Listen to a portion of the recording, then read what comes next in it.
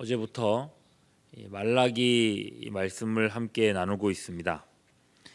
말라기 하면 생각보다 오해가 되기 쉬운 부분이 있습니다. 구약 성경의 마지막 책이 말라기인데 이름이 하필이면 말라기예요. 마치 끝 말자를 쓴 것 같은 느낌이죠. 그리고 라기 할 때 이 기자가 창세기 출애굽기 할 때 기록할 기처럼 느껴진단 말입니다. 그래서 막연하게 이게 마지막에 쓴 책이라서 이 말락이라고 했나 보다. 그야말로 막연하게 생각하기 쉽습니다. 솔직히 못 모르는 학생 시절에 저도 그렇게 생각을 했었습니다. 특히나 히브리어 원문을 모르는 상황에서는 답이 안 나왔죠. 근데 성경을 읽으면 바로 이제 그 뜻 답이 나오죠. 1장 1절에 여호와께서 말라기를 통하여 이스라엘에게 말씀하신 경고라 그랬습니다. 말라기가 성경책 구약 성경책 끝부분에 있어서 말라기가 아니라 선지자의 이름이 말라기입니다. 그리고 히브리어로 이 말의 뜻은 나의 사자다라는 뜻입니다. 구약의 마지막 책이라서 말라기는 아니었던 거죠. 물론 이 책에서 저자의 이름은 매우 중요합니다. 그 이름 자체가 계시가 되기 때문에 그렇습니다. 말라기 이름의 뜻이 나의 사자라는 뜻이라 했습니다. 그 말라기 3장 1절에 보시면 만군의 여호와가 이르노라 보라 내가 내 사자를 보내리니 그가 내 앞에서 길을 준비할 것이요 이렇게 말씀을 하세요.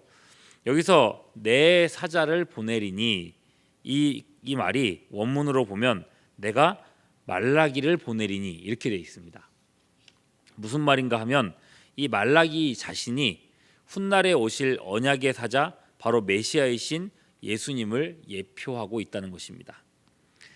현재 이스라엘의 실패한 언약을 새롭게 하실 새 언약의 사자가 오신다는 말입니다. 말라기라고 하는 이름이 그 이름 자체가 그만큼 희망적인 이름이라는 것입니다. 반면에 말라기 시대의 상황은 그리 좋지가 않았습니다. 그들의 시대는 어느 때만큼이나 어두웠습니다. 말라기는 이스라엘이 포로 회복을 하고 스룹바벨과 함께 성전을 재건한 후 약 100년 후에 기록한 내용입니다. 포로 회복과 성전 재건이 기원전 530년 정도 때 있었고 그리고 말라기 기록이 기원전 430년 정도에 있습니다. 그러니까 100년 정도 차이가 나는 거예요. 100년 전에 한 세대 전 사람들이 성전을 재건했을 때에 그들은 하나님께 대해서 크게 헌신을 했습니다. 심지어 자기 집을 짓기 전에 성전부터 짓는 열정을 보여줬습니다. 그 정도로 헌신을 했으니 지금쯤이면 하나님께서 뭔가 보상을 해주시지 않겠는가 기대했죠. 그런데 성전을 짓고 100년이나 지났는데도 그들의 삶은 변한 것이 없습니다. 그때나 지금이나 남의 나라 속국인 건 마찬가지고 극심한 가난은 지긋지긋할 정도였습니다. 그런 가운데 100년 후의 사람들은 하나님께 대한 기대감을 상실했습니다. 말라기 1장 2절의 중요한 질문이 이겁니다. 너희는 이르기를 주께서 어떻게 우리를 사랑하셨나이까 하는도다. 하나님이 언제 우리를 사랑했냐는 거죠. 하나님이 우리를 사랑하신다면 우리가 어떻게 이렇게 비참하게 살 수 있냐는 겁니다. 하나님의 백성이라는 사람들이 이렇게 가난한 게 말이 되는가 하는 불평과 원망입니다. 여러분, 어쩌면 우리 입장에서는 충분히 납득되는 것 같지 않습니까? 그래, 예수 믿고 교회 일 열심히 하고 하나님 일 열심히 해도 맨날 가난하면 누구라도 짜증나겠다 하는 생각이 들 수도 있습니다. 그런데 여러분, 하나님은 그렇게 보지 않으십니다. 하나님은 이렇게 대답하십니다. 1장 2절이었어요. 나 여호와가 말하노라 에서는 야곱의 형이 아니냐 그러나 내가 야곱을 사랑하였고 에서는 미워하였다. 하나님은 아무 자격 없는 야곱을 택하셨고 그 후손인 이스라엘을 구원의 백성으로 삼아주셨습니다. 택하심의 은혜, 구원과 구속의 은혜가 이 민족에게 있습니다. 여전히 메시아의 약속은 살아서 지금도 면면이 흘러가고 있습니다. 근데 그들은 그 구원의 기쁨과 감사를 잃어버린 겁니다. 그저 세상의 것들만 부러워하고 육신의 일에만 몰두하면서 하나님 나라의 일은 뒷전으로 밀려나 있습니다. 그리고 세상의 것들이 채워지지 않으니 하나님의 호의와 사랑까지도 내던지는 지경에 이르렀습니다. 로마서 1장 23절 썩어지지 아니하는 하나님의 영광을 썩어질 사람과 새와 짐승과 기어다니는 동물 모양의 우상으로 바꾸었느니라. 그러면서 그들이 지은 죄가 무엇인가? 하나님께 드리는 예배를 멸시하기 시작한 것입니다. 1장 7절을 보면 더러운 떡을 하나님의 제단에 드립니다. 그리고 1장 8절 보면 눈먼 희생제물과 저는 것, 병든 것을 성전에 바쳤습니다. 하나님 앞에 드릴 수 없는 것들을 하나님께 가지고 옵니다. 성전이 쓰레기를 처리하는 자리처럼 되고 말았습니다. 이에 대해서 하나님께서는 백성들에게 저주를 선언하십니다. 그렇게 오늘 말씀 2장으로 넘어옵니다. 1장에서는 백성들의 죄악이었다면 2장에서는 제사장들과 이 제사장 지파인 레위인에 대한 죄악을 지적하십니다. 여러분, 애초에 백성들이 못 쓰는 물건을 성전에 가지고 오더라도 사실상 제사장들이 그 제물을 받아주지 않고 율법 그대로 흠없는 제물 첫 번째 소산을 하나님께 드리도록 가르쳤다면 그나마 좀 나았을지도 모릅니다. 그런데 제사장들도 백성의 죄악에 편입했습니다. 율법대로 흠없는 제물을 요구하면 백성들이 그나마도 안 가져올까 봐 눈먼 제물, 흠이 있는 제물들도 받아서 희생 제사를 드린 겁니다. 어찌 되었거나 바친 제물은 레위인과 제사장들의 몫이 되었으니까요. 그들은 아마 생각했을 겁니다. 뭐로 가도 서울만 가면 되는 것 아니냐. 어쨌거나 제물은 우리한테 올 수 있으니까 상관없는 것 아니냐. 그렇게 제사장들과 레위인들은 하나님께서 미워하시는 이 제사의 한 축을 담당하게 되는 겁니다. 그러므로 하나님께서는 레위인과 제사장들을 저주하십니다. 저주하시는데 하나님은 그 표현을 이렇게 하십니다. 2절 중반절이요. 내가 너희에게 저주를 내려 너희 복을 저주하리라. 너희의 복을 저주하리라. 그 복을 저주한다고 하는 거예요. 레위인과 제사장들이 이스라엘 공동체의 복이었다는 거죠. 이들은 하나님께 드리는 제사를 주관하는 지파입니다. 이스라엘은 예배, 즉 제사 중심의 공동체입니다. 예배를 통해 그 백성에게 하나님의 복이 흘러갑니다. 그 예배가 무너지는 것은 이스라엘 공동체가 무너진다는 뜻입니다. 또 한 가지요. 이스라엘은 말씀 중심의 공동체입니다. 우리도 살아가면서 많이 느끼지만요. 사실 생업에 종사하고 살다 보면 생각보다 자기 신앙 챙기는 것도 참 쉽지 않지 않습니까? 하나님 말씀에 계속 노출되어서 살고 그걸 자녀들에게 가르치는 게 참 어렵습니다. 그건 이스라엘도 마찬가지입니다. 그렇기 때문에 하나님께서는 이스라엘의 각 지파마다 제사장 지파인 레위인이 살 수 있는 땅들을 나누어서 분산시켜서 땅을 살게 해주셨습니다.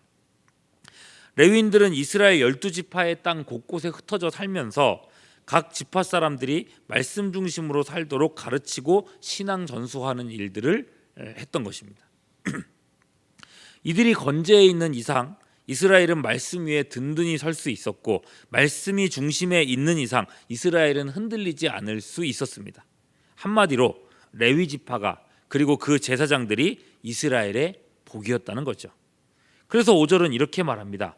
레위와 세운 나의 언약은 생명과 평강의 언약이라. 내가 이것을 그에게 준 것은 그로 경외하게 하려 함이라. 그런데 이제 그 복이 저주를 받게 된 겁니다. 3절 보십시오. 보라, 내가 너희의 자손을 꾸짖을 것이요 똥 곧 너희 절기의 희생의 똥을 너희 얼굴에 바를 것이라. 너희가 그것과 함께 제하여 버림을 당하리라. 여러분, 희생 제사를 하나님께 드리다 보면 짐승을 쪼개고 각을 뜨고 그 내장을 걷어내게 되는데요. 그때 내장 안에 있는 똥이 나오는데 이런 것들이 다 부정한 것들입니다. 여호와의 제사에서 제해야 될 부분이죠. 그걸 따로 모아서 분문이라고 해서 그 문을 통해서 내어 버립니다. 그런데 그 똥을 제사장의 얼굴에 발라버린다는 거예요. 그러면 제사장이 부정하게 되겠죠. 결국 그들도 제사단에서 쫓겨나야 합니다. 제사장들이 제사를 집례 못하게 되는 것은 제사장들이 받을 벌입니다. 그리고 제사장들이 집례를 못하게 되면 이스라엘 백성들 모두의 죄를 사할 수 없게 됩니다. 결국 모든 백성들이 죄 중에서 망할 수밖에 없다는 거죠. 그러므로 희생의 똥을 제사장의 얼굴에 바르는 것은 3절 말씀처럼 이스라엘의 자손, 즉 백성 모두가 꾸짖음을 받는 것입니다. 여러분, 말라기의 상황을 다시 한번 생각해 보십시오. 온 이스라엘 백성들이 하나님을 가볍게 여기고 있습니다. 경홀히 여깁니다. 그리고 그 마음 그대로 못 쓰는 재물을 성전으로 가져왔습니다. 제사장들과 레위인들은 이 못 쓰는 재물을 재물이 아닌 재물로 보고, 그러니까 재산으로 여기고 그걸 기꺼이 받아들였습니다.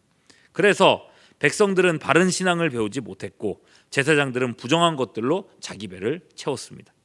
그곳에 하나님은 없었습니다. 혹시 오늘날 우리 시대의 신앙이 이렇지는 않을까 하는 마음이 드는 것입니다. 성공지상주의, 성장지상주의가 교회 안에도 여지없이 뿌리내렸습니다. 교회들도요, 새로운 담임 목사를 뽑을 때 절대적인 기준이 있습니다. 결국 우리 교회를 성장시켜 줄 것인가 아닌가. 성장시키는 목회자는 성공한 목회자고 성장시키지 못하는 목회자는 쫓겨나든지 어려움을 겪게 됩니다. 그럼 목회자들은요, 그런 세상의 요구에 또는 교회의 요구에 부응하고자 온갖 방법들을 교회에 드립니다. 성도들을 바른 신앙으로 세우는 것보다는 어떻게든 숫자 늘릴 수 있는 프로그램과 행사에 몰두하게 됩니다. 신기한 건요, 그렇게 많은 프로그램들이 그리고 또 운동들이 교회마다 성행하는데도 교회의 약화는 여전히 가속되고 있다는 것입니다. 어쩌면 오늘날 한국교회의 현실은 마치 제사장의 얼굴에 희생의 똥이 묻어있는 그런 모습이 아니겠냐는 것입니다.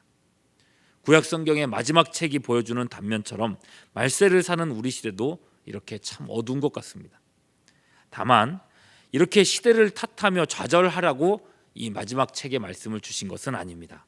이 선지서의 이름이 말라기입니다. 나의 사자입니다.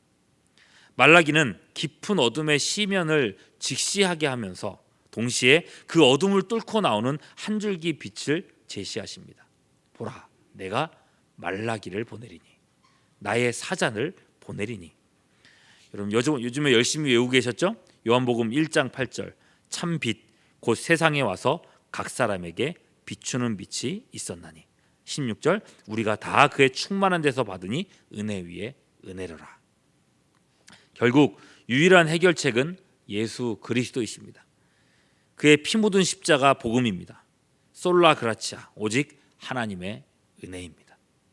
이 아침에도 이 시대의 어둠을 밝힌 이 복음의 능력이 우리 교회 안에 또 이 땅의 교회에 임할 수 있도록 기도하며 기대하는 우리 모두가 될 수 있기를 주님의 이름으로 축원합니다.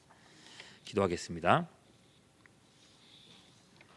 11조헌금 박경화 집사님 들으셨습니다. 추수감사주의를 보내고 첫날 기도로 주님 앞에 서게 하시니 감사합니다. 어둡고 절망스러운 이 시대 속에 주님은 여전히 교회를 구원의 방주되게 하셨사오니 예수 복음 십자가 사랑을 드러내는 우리가 되게 하여 주시옵소서. 성령님, 이 민족 위에 일하여 주시옵소서. 구원의 큰 역사를 일으켜 주옵소서. 우리 삶의 문제를 넘어서는 하나님의 가치가 드러나게 하여 주시옵소서. 메말랐던 우리 마음에 성령의 단비가 내리며 냉담했던 심령에 성령의 불 붙기를 원합니다. 오늘도 우리 안에서 이렇게 역사하여 주시옵소서. 이 아침에도 주 앞에 예물 드리는 제 백성이 있사오니 이 예물을 흠양하 주시고 큰 은혜로 각 사람 가운데 채워주시기를 간구하옵고 우리 구주 예수 그리스도의 이름으로 기도하옵나이다. 아멘. 지금은 우리 구주 예수 그리스도의 크신 은혜와 거룩하신 하나님 아버지의 극진하신 사랑하심과 성령님의 교통하심이 함께 예배드린 모든 죄의 권속들 위에 이제로부터 영원토록 함께 하시옵기를 간절히 축원하옵나이다. 아멘.